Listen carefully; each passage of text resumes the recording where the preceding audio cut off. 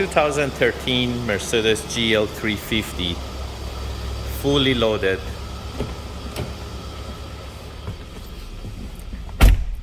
Came with 7-inch screen and 360 camera. And we're gonna install our OEM fit dash cam. And here we're gonna install our 12.3-inch Android screen, and we're gonna relocate the position for the vents that it comes with the package. Yeah, hello, this is 4x4 Shop with an installation video for a 2013 to 2016 GL. Now, this can also be the same installation video used for a 2017 to 2020 GLS. The only difference with the GLS is that it will have a popped out screen. So all the removal information is exactly the same. The only difference is the GLS will have the screen sitting at front of the dash versus the in-dash screen on the GL. Now, this is also going to cover the dash cam recorder removal of the top panel here. In this installation, you're only going to need a pry bar and a T20 Torx screw. All of the screws are T20s, even though they will be different lengths and different variations. Now for your screen, you will have 2 silver T20 screws. For the air conditioning trim, you will have 2 T20 screws. And for the radio actual slide pins, you will have 2 T20 screws. They will be different in shapes and size, but they will all be T20 Torx screws.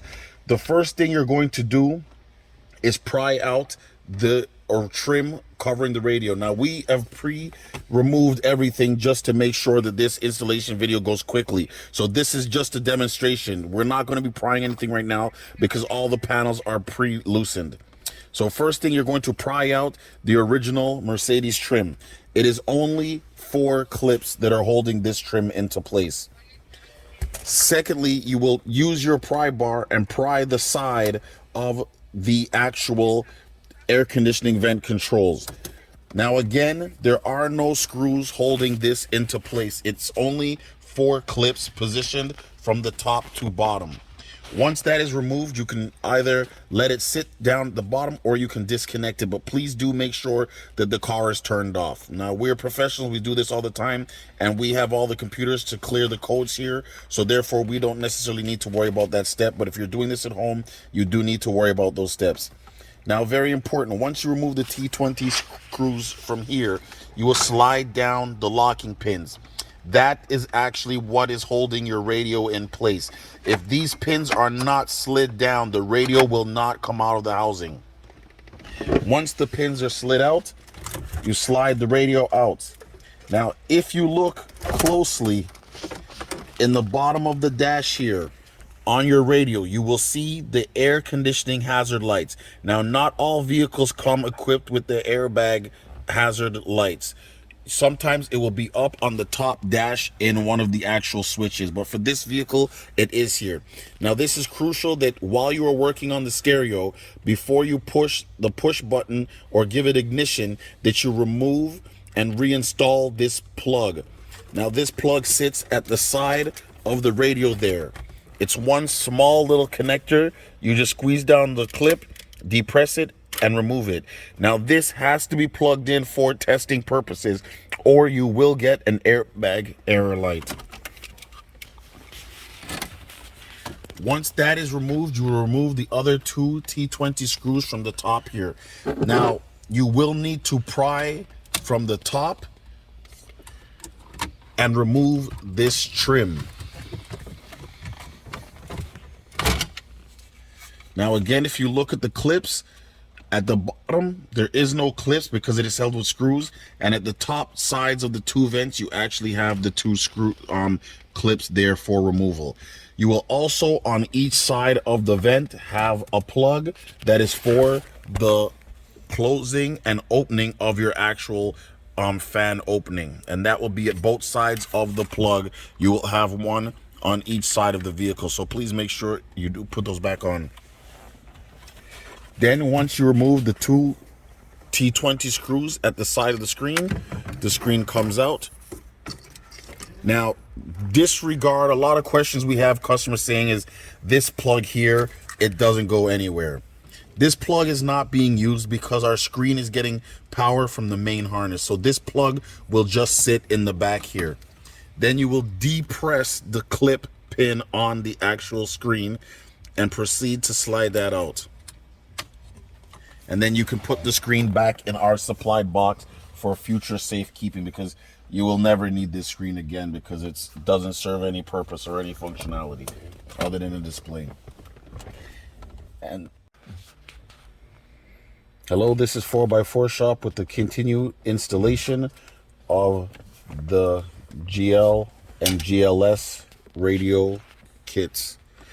Now, main thing I'm going to show you here, which is just an installation chip, is when you go to plug the optical wire, which is right here, into our T harness. First thing, there's a release tab there at the top of the optical harness. Now, you don't even need a tool. All you need is your fingernail. You slide it in and you depress the locking tab and it slides right out. Now, you need absolutely no tool to remove it. You just push this tab upward with your fingernail, and that is enough to release the locking tab for the optical cable. Now, another issue that customers do run into is they're trying to plug the T harness in. Now, first thing with the T harness, you have to somewhat push the wires back, and this plug here has to be a straight opening. It has to be aligned. So it has to be like a 90-degree angle straight to open here for it to work. Now, you align the pins. Once you get it in, you just bring it down and lock the tab. Now, this is the tip trick here. If you try to plug in the optical cable without removing this original loom tape, you're not going to have much space to separate the two from one another. So I suggest you find the end and you just peel it off just like electrical tape. It will not do any damage or harm to your vehicle by removing this tape, but it is a quick tip that will help you in a lot of the installations to make your able to adjust the wires and maneuver them more freely, because sometimes you don't have the space in certain housings to put it. Fortunately, this housing, you have all the space in the world. So now once you pull this back, you have that extra distance now to bring the T harness down further into the crevice of the vehicle. Also, another thing here that you need to know, on the vehicles, depending on what the resolution type is, if it's NTG 4.7 or NTG 5, you will need to adjust these adapters here. Now, on the kit, it should be, from us, it should be A to AB. Then you have an additional adapter here, which is a jumper cable, which is not being used right now. And then you have here is B, and then you have it to B. So if you're going to use the A, so when you plug it out, you would plug it out like this. Now AB will now go to B. And then for B, you have to push the corresponding side. So now A is going to get A and A together. And then you will have B and AB together. So whatever side you have here coming from the harness, the opposite sides have to match. So if you have B and AB, the other end needs to be A and A, and vice versa. If you have A and AB, the other side needs to be A and A.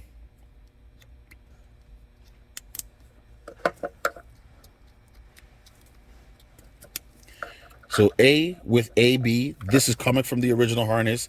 Two jumper cables that are, one is labeled A, one is labeled B. The opposite end has to match. So it has to be B and B corresponding with the number here, and I mean the letter here and the letter. Sometimes it will also say NTG 4.7 and NTG 5. So it's the same principle. If you put NTG 4.7 with NTG 4.7/5, then you will need the other side to be 5 and 5.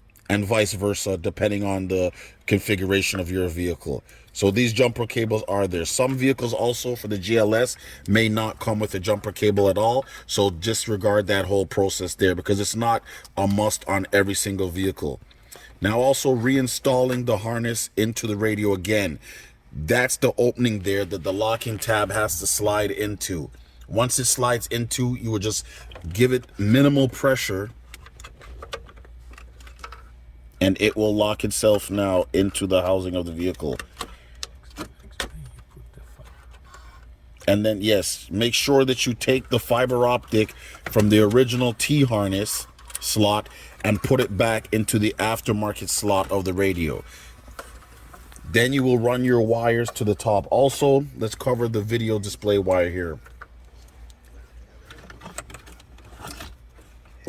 Now, this is your LVDS plug. So from the original harness, you just take this one plug and you plug it into here. Most of these other plugs will not be used because our units do support different features. So most of these plugs will not be used. Now on the harness, you will have your backup camera wire plug. Now, if your vehicle doesn't come with a backup camera, these are the only two wires you need to get the backup camera functioning. One is your video input. The second, it says CCD 12 volts. This is the power for the camera. So if you attach the supplied RCA that comes with our unit, it has a red wire. You will strip off some of the installation here, tie those two wires together, and then put electrical tape back to isolate them and protect them. You do not need to use the ground from the original vehicle because our unit's RCA is supplying all the necessary ground for the camera. And all you need is the video signal going to it with the power and the ground, and that will complete the backup camera installation. And if the car comes with backup camera? And if the car comes with backup camera, you just disregard it because you just need to go into the factory settings, which we will cover later, and show you how to set up the original car's backup camera. Now, on the two T-harnesses that come with the unit, there's going to be two USBs, one on each harness, and then there will be a one female 3.5 millimeter headphones jack. Now inside this vehicle here, you have the AMI slot. That is the Mercedes auxiliary slot to add the auxiliary unit to the car. Now, if that unit is not installed in your vehicle, you will not have the auxiliary input working. It will not function without that slot being plugged in. And then sometimes you have to run the supplied RCA wire and plug it into that adapter that is going into the AMI slot. That is what will give you the audio. Our unit functions through the vehicle's auxiliary audio system. On certain vehicles, though, this plug may not be needed to use because it will automatically do it through the T-harness. But before you complete the installation, you need to test and try the audio in the state which the screen plugged in, just to make sure that you are getting the desired sound out of the system on auxiliary. If you do not test that and then you put everything back in the paneling of the housing and you complete your install, when you go to test the unit, then you'll realize you're not getting any sound. That will be your issue right there. Is that first, you didn't plug the AMI slot into its adapter. Secondly, you need to plug this in for specific vehicles to that adapter going into the AMI slot. Like I said, some vehicles in the T-harness, it will automatically do it for you. But if yours doesn't, you need to test it both ways. So first you test it without this plugged in, then you plug it in and test it to see if you get sound. If you get sound with this not being plugged in, that means you do not need to run that wire. But you have to have the AMI slot plugged in. This is mandatory. And we do sell that on our website on the page. It is mandatory that the AMI slot is used unless your vehicle comes with the auxiliary input by itself, which most of these vehicles don't. But in certain rare occasions, your vehicle may just have an auxiliary input to it.